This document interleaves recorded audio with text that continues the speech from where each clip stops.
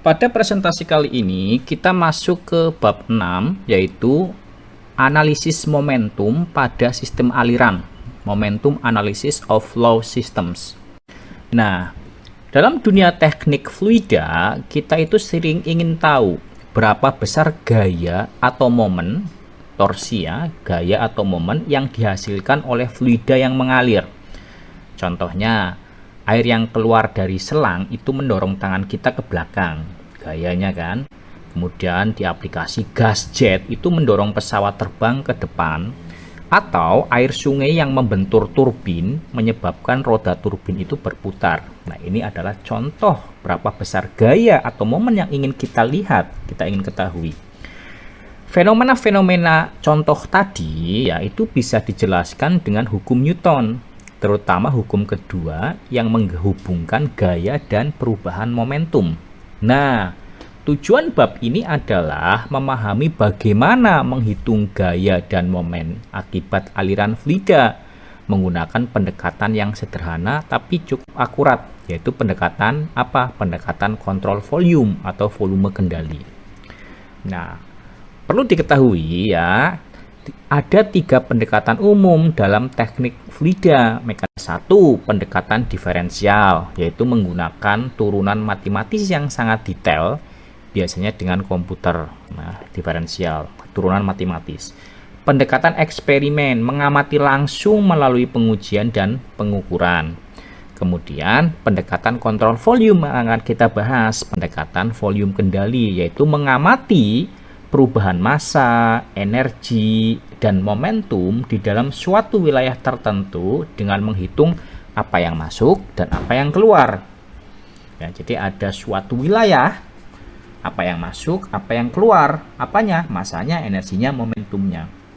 Pendekatan ketiga inilah yang digunakan pada bab ini, yaitu perubahan pendekatan kontrol volume. Kenapa?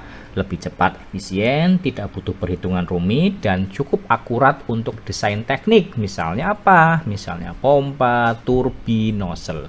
Oke ya, itu tentang analisis momentum pada sistem aliran. Nah, sekarang kita masuk ke bagian 6.1, hukum-hukum Newton. Nah, hukum-hukum Newton menjelaskan hubungan antara gaya, gerak, dan momentum suatu benda, termasuk fluida di sini karena kita membahas tentang mekanika fluida. Ada 3 hukum utama yang saling melengkapi. Hukum pertama yaitu hukum inersia. Nah, sebuah benda yang diam itu akan tetap diam, dan benda yang bergerak akan terus bergerak lurus beraturan dengan kecepatan tetap jika tidak ada gaya luar yang bekerja padanya. Itu hukum 1 ya, hukum inersia. Sebuah benda yang diam akan tetap diam, dan benda yang bergerak akan terus lurus beraturan dengan kecepatan tetap jika tidak ada gaya luar yang bekerja padanya. Artinya, benda selalu berusaha mempertahankan keadaan semula, entah itu diam atau bergerak. Nah, sifat ini disebut inersia. Saya ulangi ya, benda itu selalu berusaha mempertahankan keadaan semula. Kalau diam ya terus diam, kalau bergerak ya terus bergerak, itu adalah inersia. Contohnya, saat mobil berhenti mendadak, tubuh kita itu terdorong ke depan. Tubuh ingin tetap bergerak. Saat mobil melaju, tubuhmu terasa tertarik ke belakang karena tubuh ingin tetap diam.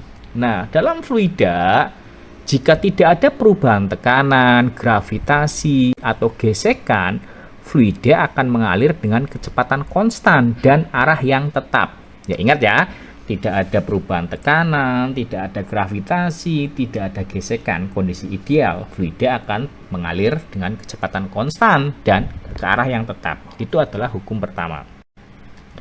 Sekarang hukum kedua Newton, gaya dan percepatan. Percepatan sebuah benda itu sebanding dengan gaya total yang bekerja padanya dan berbanding terbalik dengan massanya.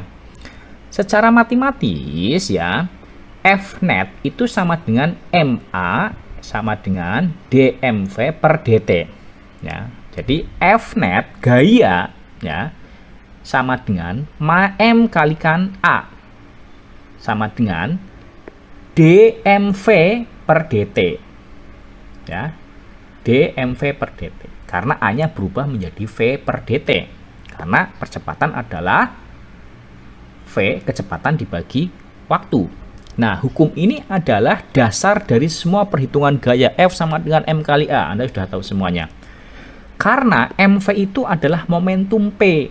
Nah, jadi MV itu massa dikalikan V itu momentum. Sehingga hukumnya menjadi F sama dengan, itu tadinya M kali A sama dengan dmv per dt. Sekarang F sama dengan dp per dt.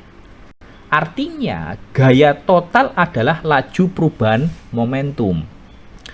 Oke ya, sekarang kita lihat di gambar 6.1. Gambar ini menunjukkan bola bermassa M yang bergerak dengan kecepatan V.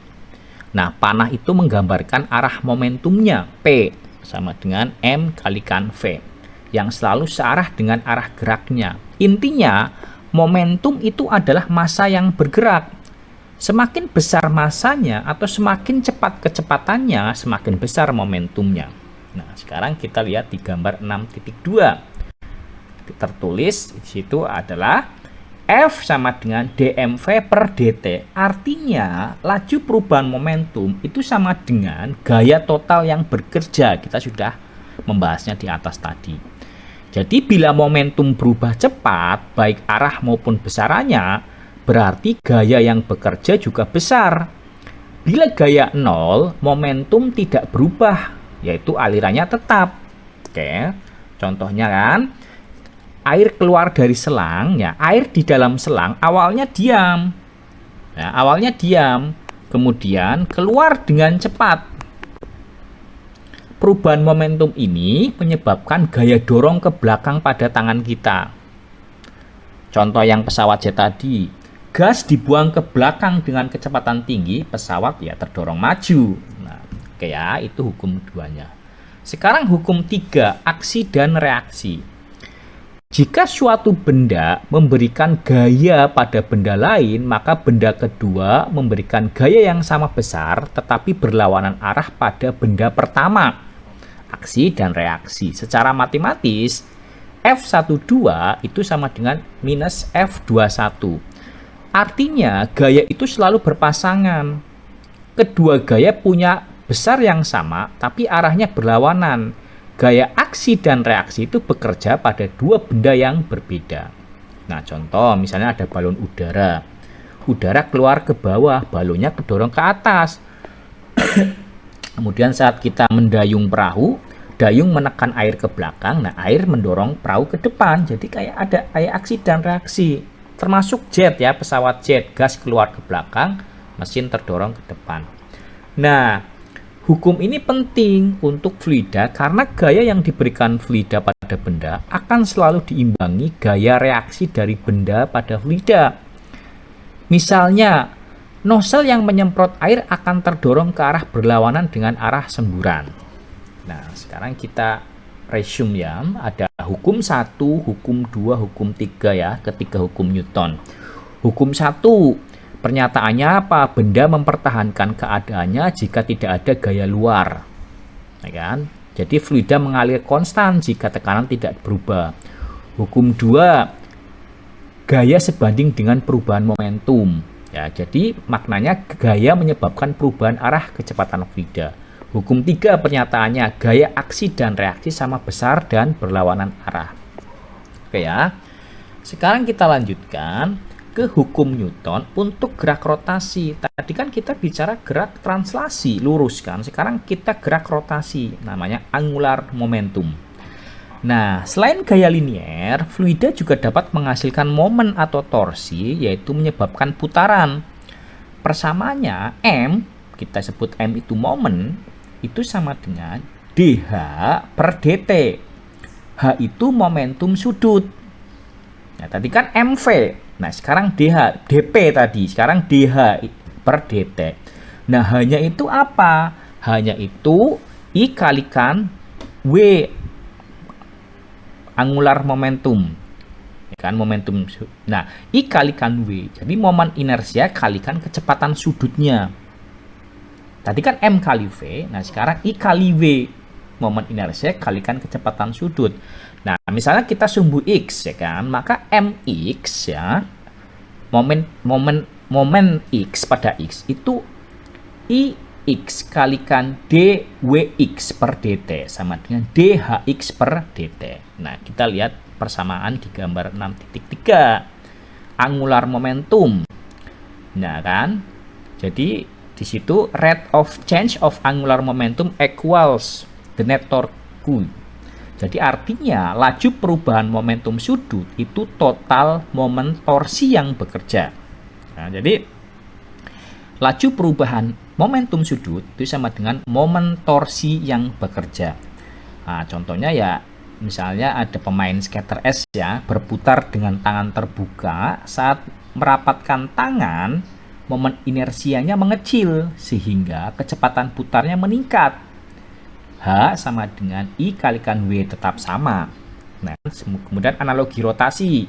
Saat kita membuka baut dengan kunci pas, jika pegangan kunjung kunci lebih panjang, gaya kecil menghasilkan torsi besar. Jika pegangan dekat baut, butuh gaya besar. Makanya M momennya F kalikan R. Semakin panjang tuasnya, semakin besar momennya ya. Karena mungkin ketika Anda melepas ban ya, butuh torsi yang besar, momen yang besar ya, dipanjangkan R-nya. Ya, jadi seperti itu. Jadi dengan memahami 3 hukum di atas, kita bisa menerapkannya untuk fluida yang bergerak. Fluida membawa momentum saat mengalir. Bila arah atau kecepatannya berubah, ya momentumnya berubah. Perubahan momentum, ya adanya gaya. Jika alirannya berputar, maka perubahan momentum sudut, adanya torsi. Jadi, hukum Newton menjadi dasar untuk menghitung gaya torsi dalam nozzle, belokan pipa, jet, kipas, dan turbin.